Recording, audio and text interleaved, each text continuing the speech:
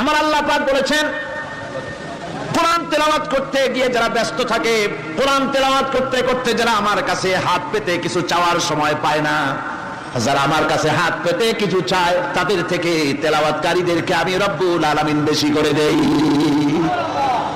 সুবহানাল্লাহ। কোরআন তেলাওয়াত করতে করতে যারা আল্লাহর কাছে হাত পেতে চাওয়ার সময় পায় না, আল্লাহ পাক বলেন যারা চায় তাদের থেকে তেলাওয়াতকারীকে আমি বেশি দেই।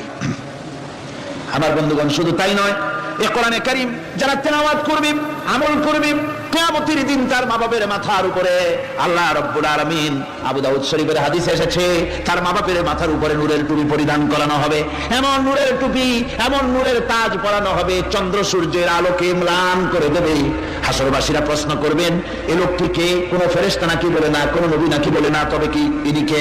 জবাব হবে, ইনি হচ্ছেন সেই ব্যক্তি যিনি তার সন্তানদেরকে কোরআন শিখিয়েছিলেন। কোরআন শিখানোর কারণে আল্লাহ রাব্বুল আলামিন আজ তার মা বাপের মাথার উপরে নূরের টুপি পরিধান করে হাসরের ভিতরে মর্যাদা দিলেন।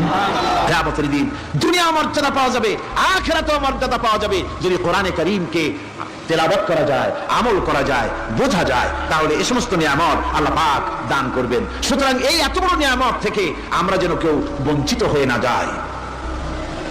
কোরআন হচ্ছে এমন এক কিতাব যার তাফসীর লেখা হয় নাই, পৃথিবীতে এমন কোনো ভাষা নাই।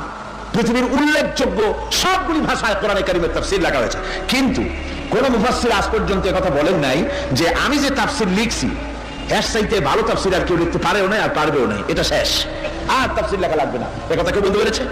জোরে বলেন, পেরেছে? পারে নাই। তার কারণ কি?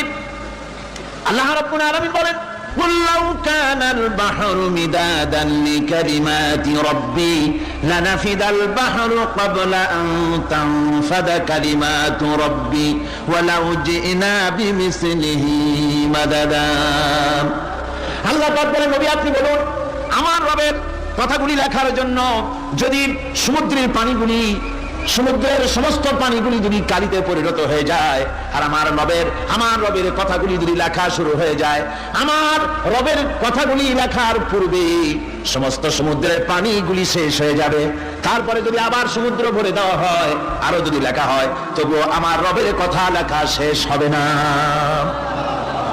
আল্লাহ রাব্বুল আলামিন বলেন, وَلَوْ أَنَّ مَا فِي الْأَرْضِ مِنْ شَجَرَةٍ أَقْلَامٌ وَالْبَحْرُ يَمُدُّهُ مِنْ بَعْدِهِ سَبْعَةُ أَبْحُرٍ مَا نَفِدَتْ كَلِمَةُ اللَّهِ। আল্লাহ রাব্বুল আলামিন বলেন, মা নাফিদাত কালিমাতুল্লাহ। আল্লাহ পাক বলেন, 7টা সমুদ্রের পানি যদি একত্রিত করা হয়, 7টা সমুদ্রের পানি যদি এক জায়গায় করা হয়, এই পানিগুলি যদি কালিতে পরিণত হয়ে যায়, আর পৃথিবীর সমস্ত গাছগুলি যদি কলমে পরিণত হয়ে যায়, ওই গাছগুলি দিয়ে যদি ওই পানির কালি দিয়ে আমার প্রভুর কথা, আল্লাহ রাব্বুল আলামিনের কোরআনের কথা যদি লেখা শুরু হয়ে যায়, লিখতে লিখতে সমস্ত পানিগুলি, গাছগুলি শেষ হয়ে যাবে, আল্লাহ পাকের কালামের ব্যাখ্যা লেখা শেষ হবে না। মা নাফিদাত কালিমাতুল্লাহ, আল্লাহর কথা লেখা শেষ হবে না। এত বড় বিরাট আজিম কিতাব আল্লাহ পাক আমাদেরকে দান করেছেন, সুবহানাল্লাহ পড়েন। এই কিতাবের এত বড় গুরুভার আল্লাহ রাব্বুল আলামিন বলেছেন, লাউ আনজালনা হাযাল কুরআন আলা জাবালিন লারাআইতাহু খাশিআন মুতাসাদ্দিআন মিন খাশিয়াতিল্লাহ। আমি যদি এই কোরআনকে পর্বতের উপরে নাযিল করতাম, তাহলে তুমি দেখতে পেতে আমার ভয় ভীত সন্ত্রস্ত হয়ে পাহাড়গুলো চূর্ণ বিচূর্ণ হয়ে যেত। এত বড় আসীম কিতাব আমি তোমাদেরকে দান করেছি, যার গুরুভার বহন করতে কেউ রাজি হয়নি, পাহাড় পর্বত কেউ রাজি হয়নি, মানুষ রাজি হয়েছে। এই মানুষের উপরে আমি এটা অবতীর্ণ করেছি, গোটা বিশ্ববাসীর সামনে এই কিতাব আমি দিয়েছি তোমাদেরকে, এর দ্বারা হেদায়েত তোমরা গ্রহণ করবে। কিয়ামতের দিন আল্লাহর এই বিরাট নিয়ামত আমাদেরকে দান করলেন, আমরা এই নিয়ামতের না শুকর করেছি, অর্থাৎ এই কোরআনকে আমরা ব্যবহার করেছি, সঠিকভাবে করি নাই, বেঠিকভাবে করেছি। প্রথম দিন দ্বিতীয় দিন আমি বলেছি কোরআন শরীফকে শুধু তাবিজ তোমারের জন্য, শুধু সওয়াবের জন্য তেলাওয়াত করেছি।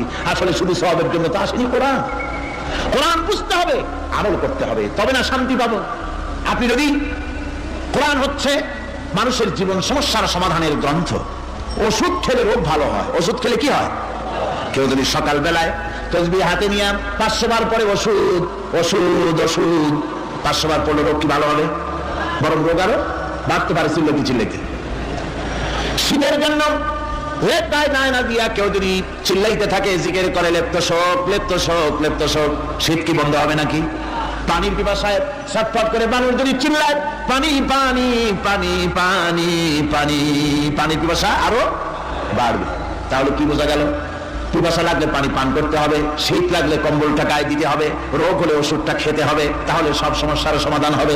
অনুরূপ ভাবে আমরা শুধু কোরআনে কারীমকে তেলাওয়াত করি সওয়াবের নিয়তে, তার হুকুমগুলি জীবনের উপরে আমল করি না বলে আজকের জীবন আমাদের বিপর্যস্ত হয়েছে। ব্যক্তিতে, পরিবারে, রাষ্ট্রে শান্তি নাই, কোথাও শান্তি নাই এই কারণে। আর কিয়ামতের দিন রাসূল আসামি করবেন তাদেরকে যারা কোরআন অমান্য করেছে। রাসূল হবেন বাদী। বাদী হবেন কে? যারা বলেন কে বাদী হবেন? রাসূল। আসামি হবে কারা? যারা কোরআন ছেড়ে দিয়েছে। আল্লাহ রাব্বুল আলামিন বলেন وقال الرسول يا رب إن قوم اتخذوا هذا القرآن مهجورا। কিয়ামতের দিন রাসূল আল্লাহর দরবারে ফরিয়াদ করবেন, আয় আমার রব, আয় আমার আল্লাহ তাআলা, এই সমস্ত লোকগুলি তোমার কালামকে, তোমার কোরআনকে অপ্রয়োজনীয় জিনিস বলে তারা পরিত্যাগ করেছিল। আমার বন্ধুগণ, কিয়ামতের দিন যখন এরা উপস্থিত হবে আল্লাহর দরবারে, আল্লাহ রাব্বুল আলামিন কোরআনের সাথে যারা ঠাট্টা করেছে, বিদ্রুপ করেছে, কোরআনের আইনকে নিয়ে যারা ঠাট্টা বিদ্রুপ মজাক উড়াইছে, কিয়ামতের দিন তাদেরকে বলা হবে ওয়াকিলাল ইয়াউমা নানসাকুম কামা নাসিতুম লিকা ইয়াউমিকুম হাযা। কিয়ামতের দিন আল্লাহ রাব্বুল আলামিন কোরআনের ঠাট্টাকারী, কোরআনের বিদ্রুপকারী, কোরআনের আইনের অমান্যকারীদেরকে বলবেন আমি আজকে তোমাদের ভুলে গেলাম, যেমন করে তোমরা এই দিনে আমার সঙ্গে সাক্ষাৎকারের কথা ভুলে গিয়েছিলে। তোমরা যেমন আমার আজকের এই কিয়ামতের দিনের কথা যারা ভুলে গিয়েছিলে, আজকে আমিও তোমাদেরকে ভুলে গেলাম। এরপরে কি হবে? ওয়া মাওয়াকুমুন নার ওয়া মা লাকুম মিন নাসিরিন। আল্লাহ পাক বলেন এরপরে এদের জায়গা হবে জাহান্নাম, আর এদের সাহায্যকারীও কেউ থাকবে না, জাহান্নামে চিরকাল থাকতে হবে। এটা এই জন্য যে তারা আল্লাহর কোরআনের সঙ্গে ঠাট্টা করেছে, বিদ্রুপ করেছে, কোরআনের আইন মানে নাই, কোরআনের আইনকে অমান্য করে চলেছে। এই জন্য কিয়ামতের দিন আল্লাহ রাব্বুল আলামিন তাদেরকে শাস্তি প্রদান করবেন। কোরআন পৃথিবীর বুকে আল্লাহ নাজিল করেছেন, শুধু তেলাওয়াত করবেন ঝুলে ঝুলে, এই জন্য নয়। কি জন্য নাজিল হলো? এবার উদ্দেশ্য শুনুন। আল্লাহ পাক বলেন আর রহমান আল্লামাল কোরআন। আল্লাহ রাব্বুল আলামিন তিনি হলেন এমন দয়াবান, এমন রহমান, যিনি কোরআন শিখালেন। কি কারণে শিখালেন? কোরআন নাজিলের উদ্দেশ্য কি? আল্লাহ পাক বলেন ইন্না আনসালনা ইলাইকাল কিতাবা বিল হাক্কি লিতাহকুমা বাইনান নাসি বিমা আরাকাল্লাহ। আল্লাহ পাক বলেন এই কিতাব আমি আপনার প্রতি অবতীর্ণ করেছি এই জন্য যাতে করে আপনি আল্লাহর প্রদর্শিত এই বিধান অনুযায়ী মানুষের উপরে বিচার ফয়সালা করতে পারেন। মানুষের উপরে আইন চলবে আল্লাহ। কার আইন? জোরে বলেন কার আইন? আলা লাহুল খালক ওয়াল আমর। সৃষ্টিজাত আইন চলবে কার? আল্লাহ পাক বলেন এই জন্য নাজিল করলাম, কোরআন নাজিল করেছি যাতে করে কোরআনের আইন দিয়ে বিচার ফয়সালা করতে পারেন, সেই জন্যই কোরআন নাজিল করলাম। আসলে আল্লাহ নবীর এই পৃথিবীতে আগমনের উদ্দেশ্য ওটাই ছিল। হুয়াল্লাযী আরসালা রাসূলাহু বিল হুদা ওয়া দীনিল হক লিইয়ুযহিরাহু আলাদ-দীনি কুল্লিহি ওয়া কাফা বিল্লাহি শাহীদা। আল্লাহ রাব্বুল আলামিন বলেন আমি আমার রাসূলকে দ্বীনে হক, সত্যের বিধান সহকারে দুনিয়ায় প্রেরণ করেছি। লিইয়ুযহিরাহু আলাদ-দীনি কুল্লিহি আয় লিইয়ুগলিবাহু আলা সাইরিল আদিয়ান। সমস্ত আদিয়ানে বাতিলের উপরে আমার দ্বীনকে বিজয়ী করে দেওয়ার জন্য আমি রাসূলের কাছে কিতাব সহকারে তাকে অবতীর্ণ করেছি। এই দায়িত্ব শুধু মুহাম্মদ সাল্লাল্লাহু আলাইহি ওয়াসাল্লামের ছিল না, দুনিয়ার উপরে আল্লাহর দ্বীন কায়েম করা, আল্লাহর বিধান অনুযায়ী মানুষের বিচার ফয়সালার দায়িত্ব শুধু মুহাম্মদ সাল্লাল্লাহু আলাইহি ওয়াসাল্লামের ছিল না, সমস্ত নবীদের ছিল। কাদের ছিল? সব নবীদের ছিল। ফাবাসাল্লাহু আন-নাবিয়্যিনা মুবাশশিরিনা মুনযিরিন ওয়া আনসালা মা'আহুমুল কিতাবা বিল হাক্কি লিয়াহকুমা বাইনান নাস। আল্লাহ পাক বলেন সমস্ত নবীদের কাছে আমি কিতাব অবতীর্ণ করেছি এই জন্য যে তারা সহজ এবং সোজা পথে যারা চলতে চায় তাদেরকে তিনি সুসংবাদ দিবেন, আর বাঁকা পথে যারা চলবে তাদেরকে তিনি জাহান্নামের ভীতি প্রদর্শন করবেন। আর আমি তার উপরে যে কিতাব অবতীর্ণ করেছি এই কিতাব দিয়ে জনগণের উপরে বিচার ফয়সালা করবে, আইন চলবে আল্লাহর কিতাব দিয়ে। আইন চলবে কি দিয়ে? আল্লাহর কিতাব দিয়ে। আল্লাহর কিতাব অনুযায়ী জনগণকে পরিচালিত করবেন। এই জন্য আমি এই কোরআনকে নাজিল করেছি, অতীতে ওই কিতাবগুলি নাজিল করেছি। কুল ইয়া আইয়ুহান নাসু ক্বাদ জাআকুমুল হাক্কু মির রাব্বিকুম, আল্লাহ পাক বলেন নবী আপনি বলে দেন, আপনি বলুন হে মানব সকল, আল্লাহর পক্ষ থেকে তোমাদের জন্য মহাসত্য এসেছে, এই মহাসত্য যদি অনুসরণ করো তোমাদের জন্য কল্যাণকর হবে। ওমান দাল্লা ফাইন্নামা ইয়াদুল্লু আলাইহা, আর যদি কোরআনকে অমান্য করো, আল্লাহর কিতাবকে অমান্য করো, তাহলে তোমাদের জন্য অকল্যাণ হবে। আজ আপনারা বলেন আল্লাহর কিতাবের আইন কি আমাদের দেশে চলে? কোরআনের আইন কি চলে? চলে না। কোরআনের আইন চলে না। আমরা কি খুব শান্তিতে আছি? খুব আরামে আছি? শ্রমিকরা তাদের শ্রমের মূল্য পায়, কৃষক তার উৎপাদিত পণ্যের সঠিক দাম পায়, নারী তার সতীত্বের মর্যাদা পায়। জনগণ কি আরামে ঘুমাতে পারে? না, জনগণ রীতিমতো দুবেলা পেট পুড়ে সমস্ত জনগণ খেতে পারে। এর একমাত্র কারণ হচ্ছে কোরআনের আইনকে অমান্য করা হয়েছে। ভালো করে কান পেতে শুনুন, আল্লাহ রাব্বুল আলামিন কোরআনে কারীমের মধ্যে পরিষ্কার করে বলেছেন ওয়া মান লাম ইয়াহকুম বিমা আনজালাল্লাহু ফাউলাইকা হুমুল কাফিরুন, যারা নাকি আমার দেওয়া বিধান অনুযায়ী, কোরআন অনুযায়ী যারা বিচার ফয়সালা করে না, ফাউলাইকা হুমুল কাফিরুন, ফাউলাইকা হুমুজ জালিমুন, ফাউলাইকা হুমুল ফাসিকুন, যারা আমার দেওয়া বিধান অনুযায়ী বিচার ফয়সালা করে না তারা কাফির, তারা জালিম, তারা ফাসিক। সুতরাং এর ভিতরে এই জুলমের মধ্যে জালিমদের অন্তর্গত, ফাসিকদের অন্তর্গত হয়ে বাংলাদেশের বহু মুসলমান, পৃথিবীর বহু এলাকার মুসলমান এর মধ্যে লিপ্ত হয়ে আছে। কোরআনের আইন চালু না করলে পরে, কোরআনের আইন না মানলে পরে জালিম হতে হবে, কাফির হতে হবে, ফাসিক হতে হবে। অর্থাৎ যতখানি না মানবেন ততখানি এই বিশেষণে বিরুষিত হতে হবে। এক শ্রেণীর লোক আছে যারা বলে বেড়ান ধর্ম আর রাজনীতি আলাদা। বলেন কিনা? কর জোরে বলেন, বলে কিনা? ধর্ম আর রাজনীতি আলাদা। তারা বলেন আমরা ধর্ম নিরপেক্ষ থাকতে চাই। তারা কি থাকতে চায়? ধর্ম নিরপেক্ষ থাকতে চায়। কোরআনে কারিমে এই ধর্ম নিরপেক্ষবাদীদের ব্যাপারে কোরআন কি বলছে শুনুন। আল্লাহ রাব্বুল আলামিন বলেন আলাম তারা ইলাল্লাযীনা ইয়াজউমুনা আন্নাহুম আমানু বিমা উনজিলা ইলাইকা ওয়া মা উনজিলা মিন ক্বাবলিক। আল্লাহ পাক বলেন হে নবী তুমি কি সেই সব লোকদেরকে দেখেছো যারা দাবি তো করে যে আমরা আল্লাহর উপর ঈমান এনেছি আর এই কিতাবের উপর ঈমান এনেছি, এর পূর্বে যত কিতাব নাজিল হয়েছে সেসব কিতাবের উপরেও ঈমান এনেছি। ধর্ম নিরপেক্ষবাদীরা তারা তো বলে না যে আল্লাহ মানি না, কোরআন মানি না, এই কথা বলে না, ওটা বলে না। কি বলে? সেই বলা কথাটাই আল্লাহ এখানে অনেক আগে বলে রেখেছেন। ওরা বলে যে আমরা অবশ্যই আল্লাহকে মানি, আল্লাহর কিতাব মানি, এর পূর্বে যত কিতাব নাজিল হয়েছে সেগুলোও মানি, তবে ইউরিদুনা আইয়াতাহাকামু ইলাত তাগুত, তারা চায় তাদের জীবনের সমস্ত সমাধান সমস্যার জন্য তাগুতের কাছে যেতে চায়। তাগুতকে, আল্লাহকে বাদ দিয়ে তারা যেতে চায় কোথায়? তাগুতের কাছে। জোরে বলেন কিসের কাছে যেতে চায়? তাগুতের কাছে। তাগুত বলে কারে? তাগুত বলা হয় যে নিজে আল্লাহর আইন মানে না এবং অপরকেও আল্লাহর আইন অমান্য করতে বাধ্য করে, তাকে বলা হয় তাগুত। ওরা বলে ধর্ম আর রাজনীতি আলাদা। কোরআন মানি কিন্তু কোরআনের আইন মানি না। ওরা কোরআন মানে ঠিকই, বলে যে কোরআন মানি, কিন্তু কোরআনের আইন মানে।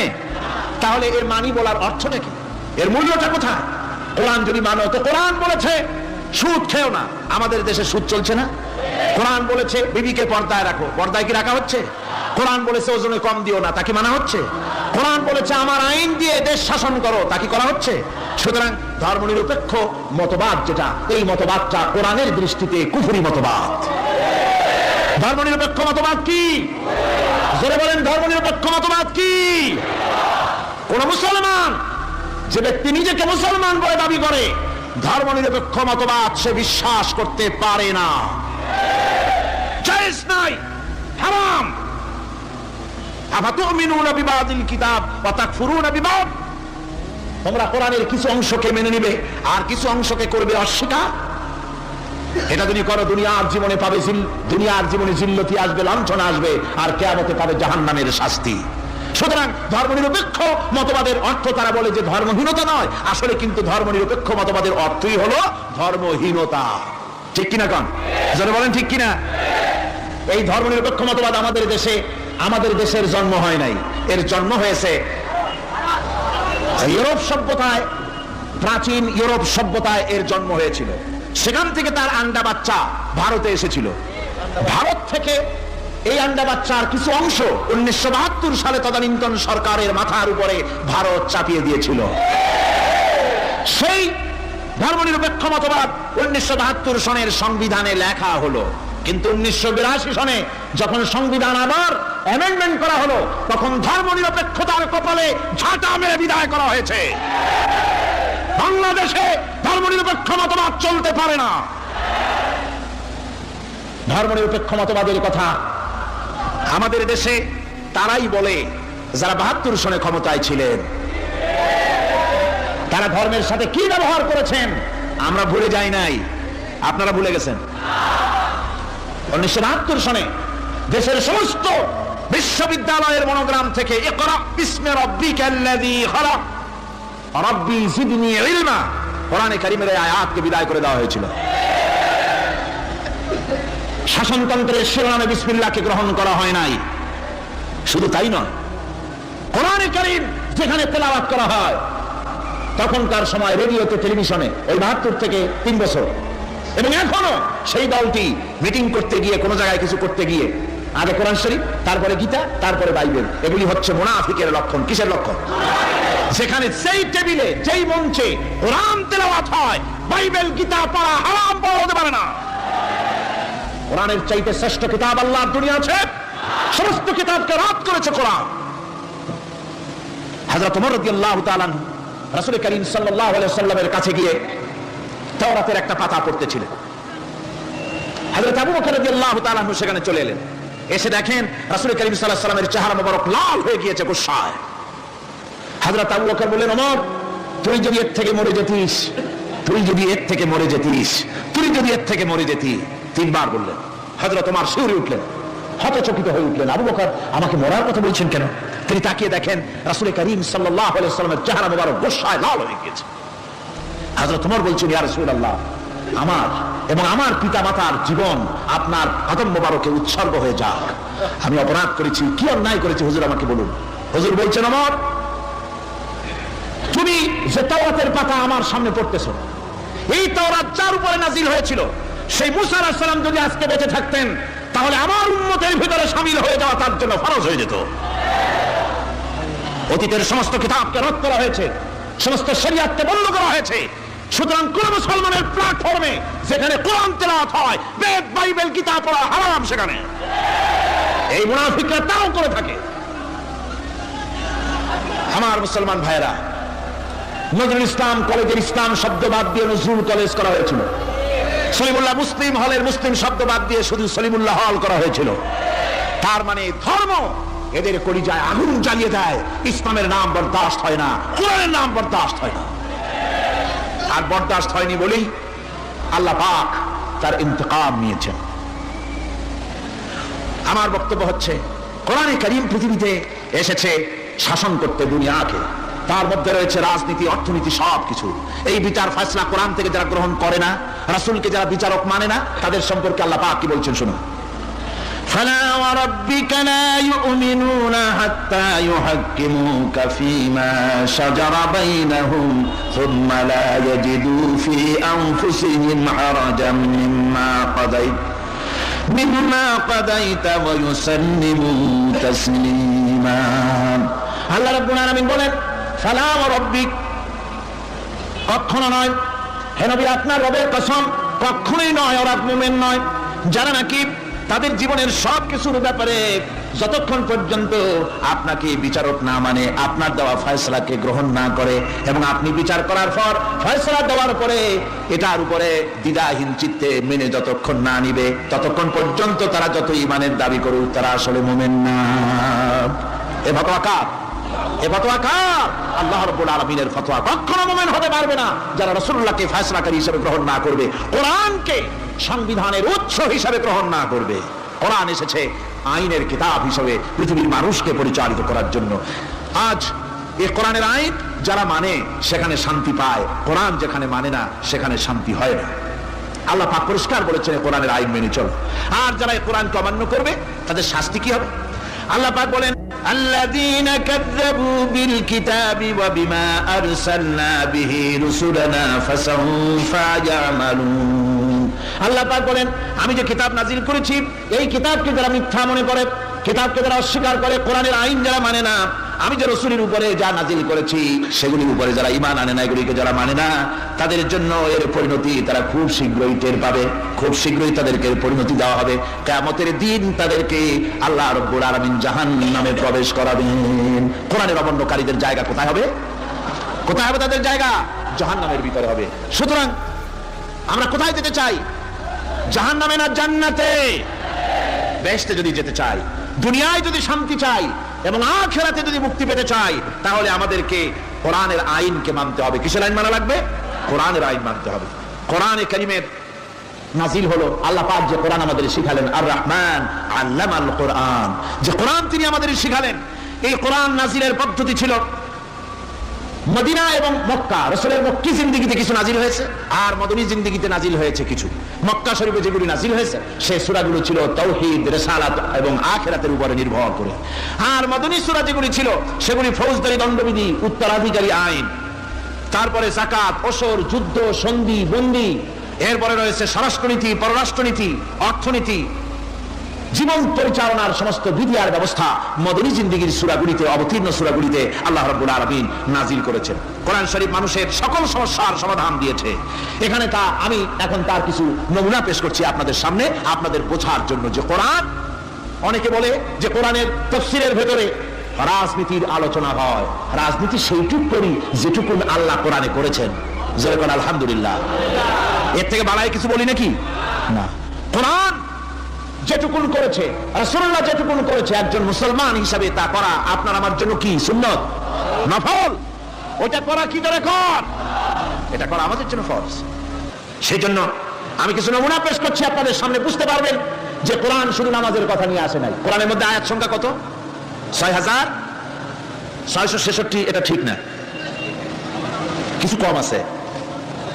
৬০০০ কয়েক শত, ভালো করে গুণে দেখা দরকার। তো এই যে আয়াতে কারিমা যেগুলি রয়েছে, এর মধ্যে মাত্র ৫০০ আয়াত হচ্ছে হুকমে শরঈ। ভালো করে শুনুন, ৫০০ আয়াত আদেশ এবং নিষেধ জাতীয়। এটা করো, ওটা করো না, এটা হালাল, ওটা হারাম, এটা হলো ৫০০। তো এই যদি ৫০০ হয় তাহলে বাকি ৬০০০ কি? বাকি ৬০০০ ইতিহাস, দর্শন, বিজ্ঞান, রাজনীতি, অর্থনীতি, সমাজনীতি, উত্তরাধিকারী আইন, পররাষ্ট্রনীতি, স্বরাষ্ট্রনীতি, মানুষের জীবনে যা দরকার, ইহকাল, পরকাল, কবর, হাসর, মিজান, সিরাত, জান্নাত, জাহান্নাম, সব কিছু আল্লাহ পাক বাকি হাজার হাজার আয়াতের মধ্যে বলেছেন। তো ৫০০ আয়াতের পরিচিতি আমাদের জানা আছে, নামাজ, রোজা, হজ, যাকাত, হালাল, বৈধ, অবৈধ ইত্যাদি সম্পর্কে। কিন্তু বাকি আয়াতগুলিতে আমাদের জীবন পরিচালনার ব্যাপারে আল্লাহ পাকের কথা শুনুন, কিভাবে এ কথাগুলি আল্লাহ পাক আমাদের বলছেন। বিচার পদ্ধতি সম্পর্কে শুনুন। কোরআন যে বিচার পদ্ধতি আমাদেরকে দিয়েছেন, নিরঙ্কুশ ন্যায় বিচারের কথা কোরআন বলেছে। কোরআন বলেছে বিচার হতে হবে কি ধরনের? ওয়াইদা হাকামতুম বাইনান নাসি আন তাহকুমু বিল আদল। কোরআন শরীফ বলেছে তোমরা যখন লোকদের মাঝে বিচার ফয়সালা করবে তখন অবশ্যই সুবিচার করবে, জাস্টিস, ন্যায় বিচার করবে। এই ন্যায় বিচার করতে গিয়ে তোমার সামনে যদি বিজাতীয় কোনো লোক আসামি হয়ে দাঁড়ায়, অমুসলিম, তখন বিচারটা কিভাবে করবে? কোরআনে কারীম বলছে ওয়ালা ইয়াজরিমান্নাকুম শানাআনু কওমিন আলা আল্লা তা'দিলু। কোন বিশেষ শ্রেণীর বিচার কাজ করতে গিয়ে, কোন বিশেষ শ্রেণী বা জাতির বিচার কার্য পরিচালনা করতে গিয়ে তাদের প্রতি বিদ্বেষ যেন তুমি যেন জুলুম করে না বসো, তখন যেন তুমি ইনসাফ করতে পারো, তাদের উপরে জুলুম করবে না।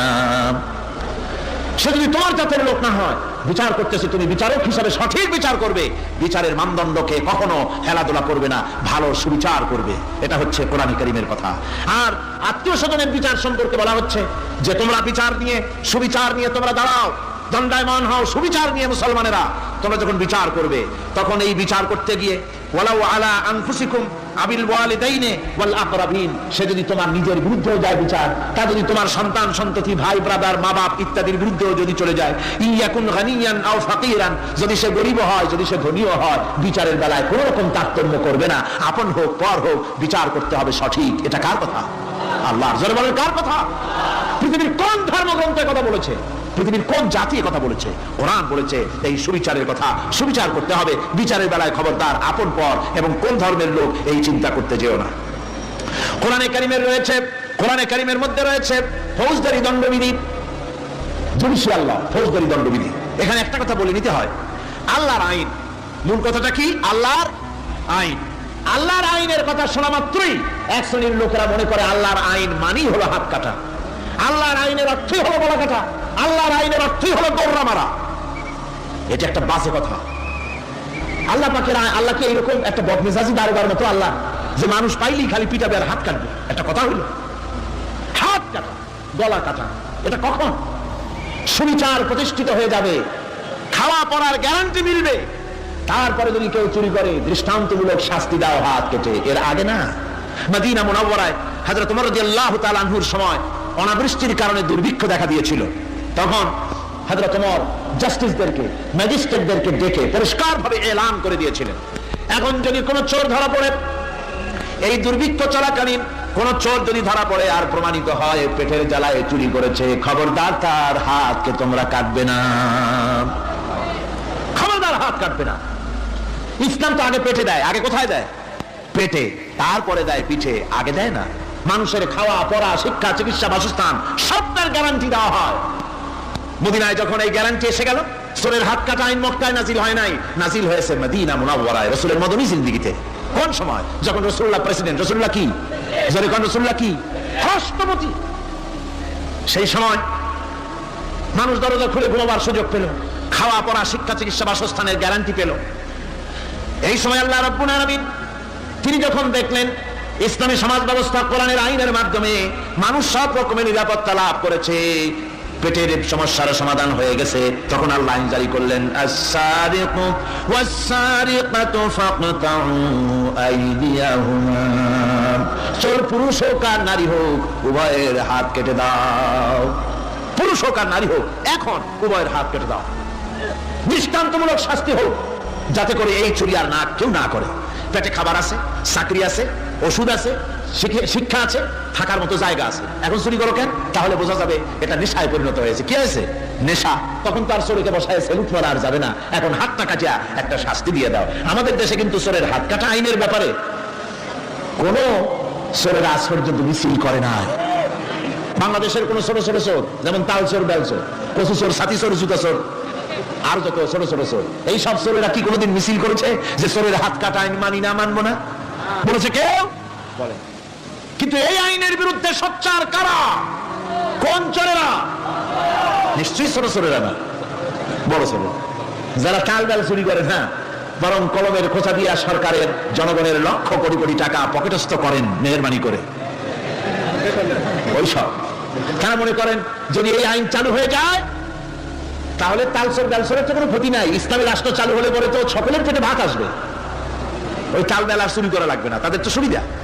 কিন্তু মুসিবতটা তো আমাদের হবে, বেশি খাইয়া খাইয়া জিহ্বা পুরু হয়ে গেছে। এখন ওই বেশি খাইতে না পারলে বদভ্যাস চালু হয়ে যাবে, চুরি করতে যখন যাইবে তখন এই আইন তো বিসমিল্লাহ হবে আমাদের দিয়া। এই জন্য ওনারাই বিরোধিতা করেন চরম ভাবে। আমার বন্ধুগণ, কোরআনের আইন বন্ধ করার ক্ষমতা কারো নাই।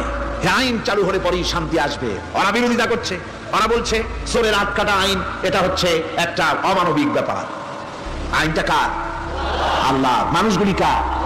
তোমারা তো দরদ কেন? মায়ের চাইতে মাসির দরদ বেশি, এটা কি খুব সুলক্ষণ? না, এটা দারুণ কুলক্ষণ। সুতরাং আল্লাহ রাব্বুল আলামিন তার আইন হচ্ছে শাশ্বত আইন। চোরের হাত কাটা আইন অর্থে নয় যে বাংলাদেশ ইসলামী দল যদি ক্ষমতায় আসে পাইকারি দরে চোরের হাত কাটা আরম্ভ করবে না। ততক্ষণ পর্যন্ত আইন চালু হবে না যতক্ষণ পর্যন্ত সমস্ত মানুষ তাদের কর্মসংস্থান না হবে, খাবার না পাবে, চাকরি বাকরি না হবে, খেয়ে পরে খাওয়া পড়া, শিক্ষা, চিকিৎসা, বাসস্থান সবটার গ্যারান্টি মিলবে, তারপরে আইন চালু হবে। আগে না। আল্লাহ রাব্বুল আলামিন ফৌজদারি দণ্ডবিধি আওতার ভিতরে চোরের কি শাস্তি হবে তা বললেন। নরহত্যার শাস্তি কি হবে তাও আল্লাহ পাক এখানে বলছেন, ইয়া আইয়ুহাল্লাযীনা আমানু কুতিবা আলাইকুমুল কিসাসু ফিল কাতলা। আল্লাহ পাক বলেন তোমাদের প্রতি নরহত্যার শাস্তি স্বরূপ কিসাস নির্দিষ্ট করা হয়েছে, অর্থাৎ হত্যার বদলে হত্যা করা। একজন মানুষ আর একজন মানুষকে হত্যা করেছে, কোরআনের আইন হচ্ছে ওকেও হত্যা করো। কি সুন্দর আইন, সুবহানাল্লাহ পড়েন। তাহলে কি হবে?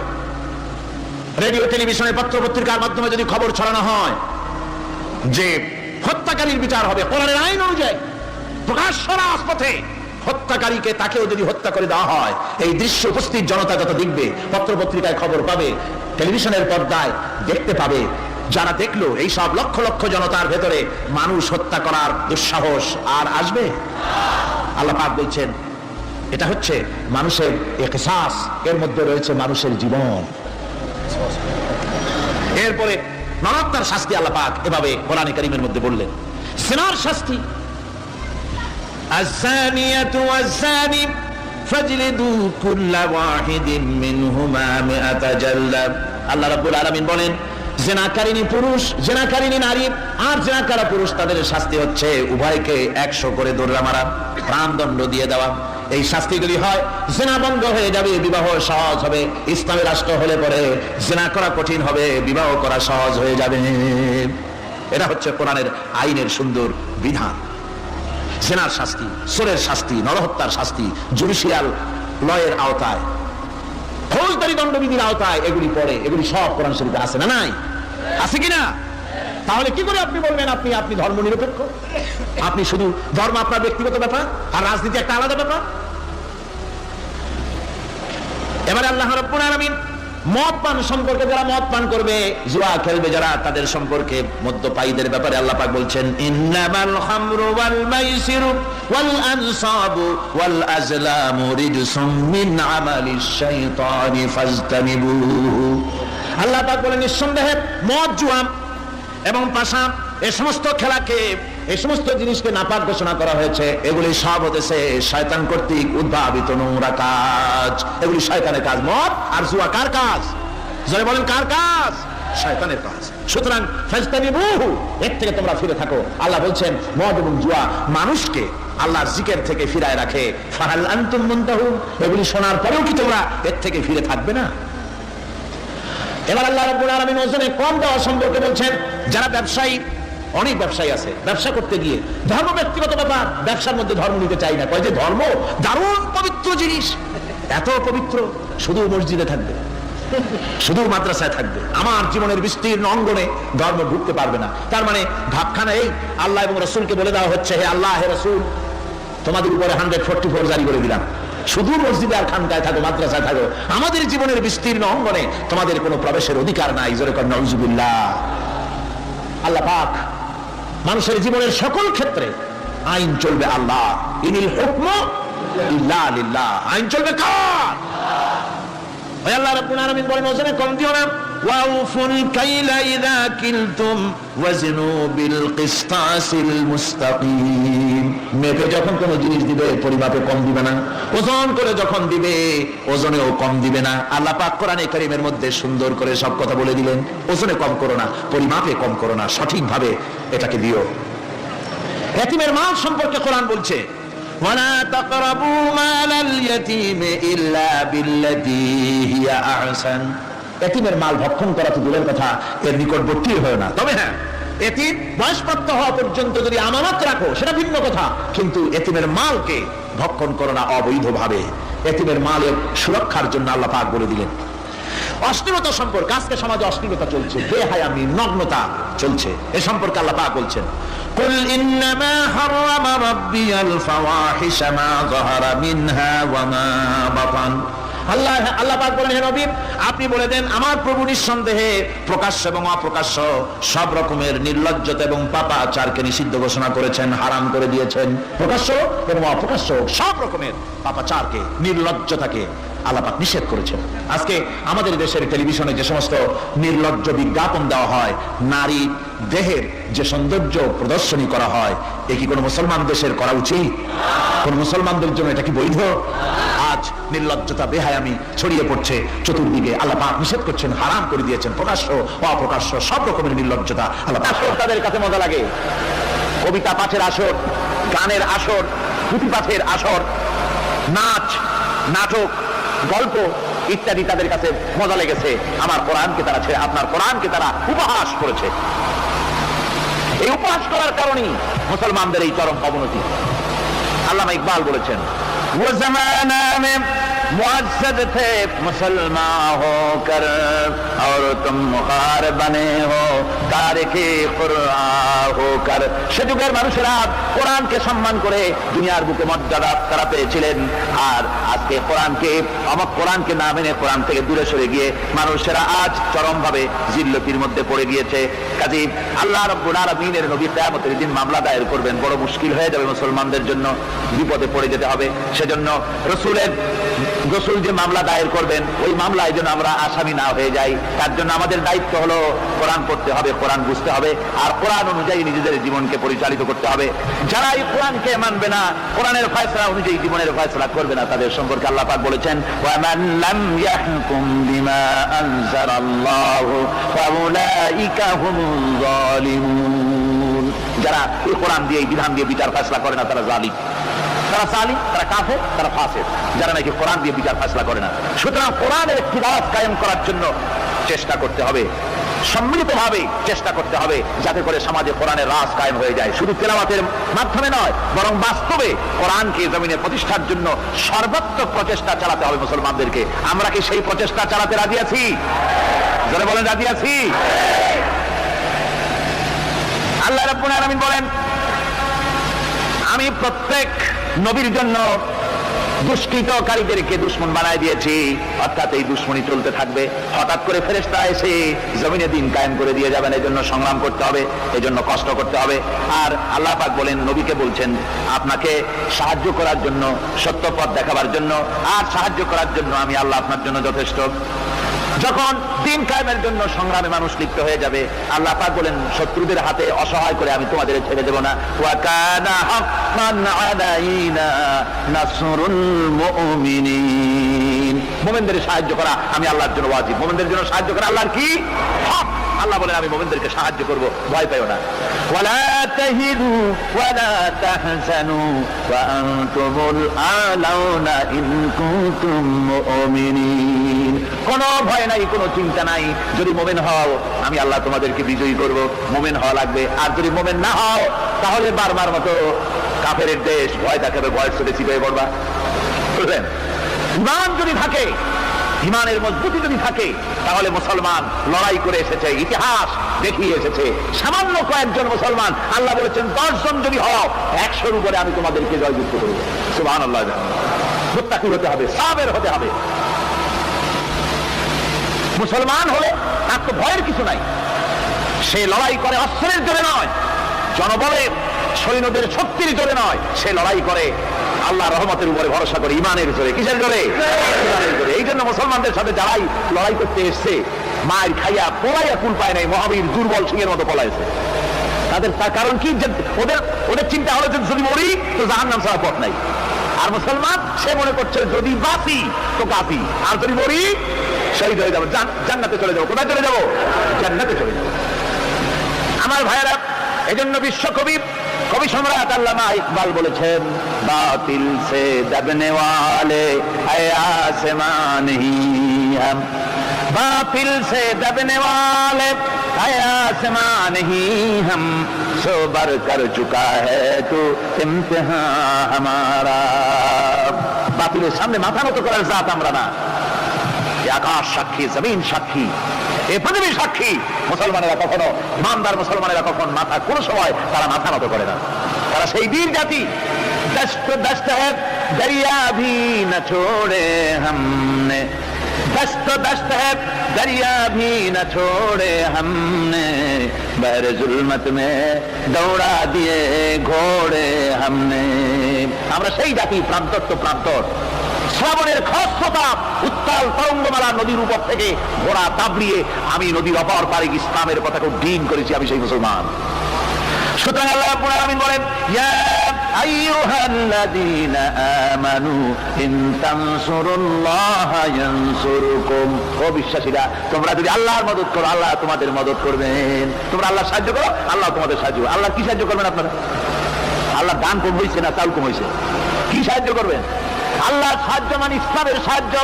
আপনি যদি ইসলামের সাহায্য করেন, আল্লাহ রাব্বুল আলামিন আপনাকে সাহায্য করবেন। আর সাহায্য এমন ভাবে করবেন, ইতিহাসে বহু কথা আছে, আমি সংক্ষেপ করে দিচ্ছি। বদরের প্রান্তরে মাত্র কয়েকজন মুসলমান, আল্লাহ পাক তাদেরকে কিভাবে জিতালেন। আল্লাহ পাকের ওই কবি বলতেছেন, ফিজায়ে বদরে পায়দা কুন ফেরেশতে তেরি নুসরত কো উতার सकते गर्दों से कतर अंदर कतर अभी। বদরের প্রান্তরে মুসলমানদের ঈমান ছিল, ওই ঈমান যদি তোমরা আনতে পারো, তাহলে আমি আল্লাহ রাব্বুল আলামিন কাতারে কাতারে ফেরেশতা তোমাদের জন্য অবতীর্ণ করে দিতে পারি। যেরকম সুবহানাল্লাহ। وقال الذين كفروا لولا نزل عليه القرآن جملة واحدة كذلك لنثبت به فؤادك ورتلناه ترتيلا। আল্লাহ পাক কোরআন শরীফের মধ্যে বলেছেন, একজন যদি হও ইমানদার মুত্তাকি 10 জনের উপরে বিজয়ী হবে, 10 জন যদি হও 100-র উপরে বিজয়ী হবে, 100 যদি হও 1000-এর উপরে বিজয়ী করবো। জোরে বলেন সুবহানাল্লাহ। কবি বলতেছেন, ফিজায়ে বদরে পয়দা কুন ফেরেশতে তেরি নুসরত কো উতার सकते गर्दों से कतर अंदर कतर अभी। বদরের মুসলমানদের মতোই বানানো, তাহলে আকাশ থেকে কাতারে কাতারে ফেরেশতা নাজিল করে দিয়ে আল্লাহ পাক তোমাদেরকে সাহায্য করবেন। সুবহানাল্লাহ। সে আল্লাহ আছে না নাই? জোরে বলেন, আছে না নাই? সেই আল্লাহ রাব্বুল আলামিন কোরআনুল কারীমের ভিতরে আয়াতুল কুরসির মধ্যে বলে দিয়েছেন, আল্লাহু লা ইলাহা ইল্লা হুয়াল হাইয়ুল কাইয়্যুম। প্রাণ খুলে সবাই পড়েন, বসা মানুষ দাঁড়ানো মানুষ। আল্লাহু লা ইলাহা ইল্লা হুয়াল হাইয়ুল কাইয়্যুম। আল্লাহ রাব্বুল আলামিন, তিনি ছাড়া কোনো ইলাহ নাই, তিনি সার্বভৌমত্বের মালিক কেউ নাই আল্লাহ ছাড়া। এই কথা মানুষকে ঘোষণা করতে হবে, ঘাবড়াবার কারণ নাই। এর অর্থ এই নাই যে আপনারা কালেমার দাওয়াত দিবেন আর রাষ্ট্র শক্তি আপনারা পিটাইতেই থাকবে, আপনার কোনদিন আপনার সুদিন ফিরে আসবে না। বিষয়টা কি এমন না? আমার আল্লাহর ওয়াদা শুনুন, ওয়ালা তাহিনু ওয়ালা তাহজানু ওয়া আনতুমুল আলাউনা ইন কুনতুম মুমিনিন। মুমিন যদি হও আমি তোমাদেরকে বিজয় দান করব। সুবহানাল্লাহ বলেন। আজ যদি আমাদের উপর বিপদ এসে থাকে, তাহলে তার একমাত্র কারণ পূর্ণাঙ্গ ঈমানের অভাব আমাদের মধ্যে রয়েছে, ঠিক কিনা? আজ পৃথিবীতে সব থেকে মার খায় কারা? চিল্লায় বলো। আলজেরিয়ায় কারা? বসনিয়ায় কারা? চেচনিয়ায় কারা? প্যালেস্টাইনে কারা? জুরিবাত আলাইহিমুয যিল্লাতু ওয়াল মাসকানা ওয়া বাউ বিগাদাবিন মিনাল্লাহ। আল্লাহর গজব আসবে, ইহুদিরা পৃথিবী থেকে নিশ্চিহ্ন হবেই হবে ইনশাআল্লাহ। দেখেছেন তাকায়া, প্যালেস্টাইনে ইসরায়েলিরা হেলিকপ্টার, গানশিপ, কামান, বোমা নিক্ষেপ করছে, আর প্যালেস্টাইনের শিশু কিশোর যুবকেরা ইহুদিদের নিক্ষিপ্ত বোমা আর কামানের মোকাবেলা করতেছে পাথর দিয়ে। আমি আমার অন্তরের অন্তঃস্থল থেকে ধন্যবাদ জানাই, মোবারকবাদ জানাই খালিদ বিন ওলীদের উত্তরসূরি, খাব্বাব খুবাইবের উত্তরসূরি প্যালেস্টাইনের ওই সব যুবকদেরকে যারা কাফের বেঈমান ইহুদিদের মোকাবেলা করতেছে ইট আর পাথর দিয়ে। আর আমি আমার অন্তরের অন্তঃস্থলের সমস্ত ঘৃণা দিয়ে আমি ধিক্কার জানাই পৃথিবীর মুসলিম শাসকদেরকে, যারা মুসলমানদের মার দেখে চুপ করে যারা বসে আছে।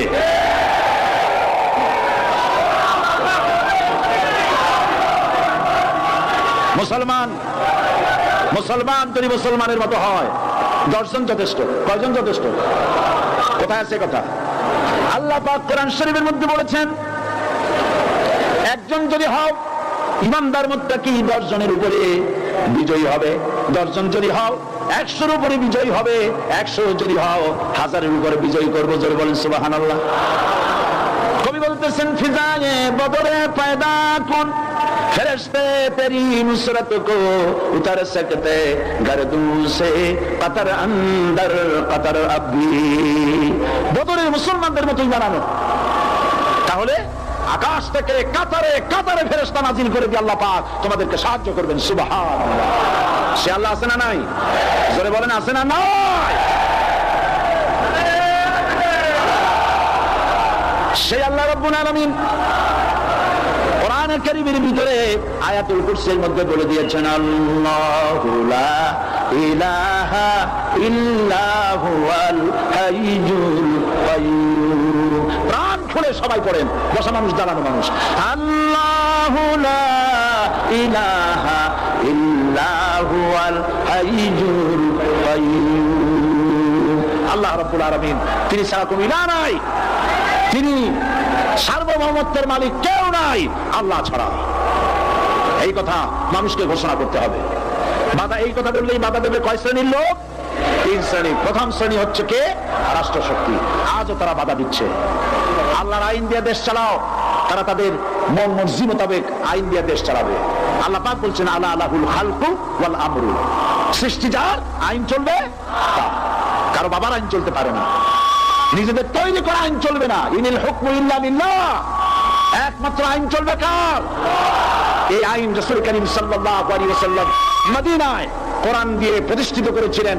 আল্লাহর বিধান, আল্লাহর সার্বভৌমত্ব কায়েম করেছিলেন। কোরআন সংবিধান হলো, চুরি বন্ধ হলো, ডাকাতি বন্ধ হলো, জেনা বন্ধ হলো, হত্যা বন্ধ হলো, ধর্ষণ বন্ধ হলো, সব কিছু বন্ধ হয়ে গিয়ে মুসলমানেরা শান্তি লাভ করলো, পৃথিবীর মানুষ শান্তি লাভ করলো। সুবহানাল্লাহ। আজ মুসলমানেরা শত্রু চেনে না, বন্ধু চেনে না। বন্ধুকে বানাইছে শত্রু, শত্রুকে বানাইছে বন্ধু। কে বন্ধু কে শত্রু চিনাই দিবেন কে? আল্লাহ। বলেন কে দিবেন? আল্লাহ রাব্বুল আলামিন কোরআনে কারীমের মধ্যে পরিষ্কার করে বলেছেন, লাতাজিদান্না শাদ্দান নাসি আদাওয়াতান লিল্লাযিনা আমানুল ইয়াহুদা ওয়াল্লাযিনা আশরাকু। আল্লাহ পাক বলছেন, হে রাসূল, মানুষের ভিতরে 2টা শ্রেণী মুমিনদের জন্য সবথেকে জঘন্য দুশমন। কয়টা শ্রেণী? 2টা। একটা হলো ইহুদ, আর একটা হলো মুশরিক। একটা হলো ইহুদি, আর একটা হলো মুশরিক। এটা হলো তোমাদের দুশমন।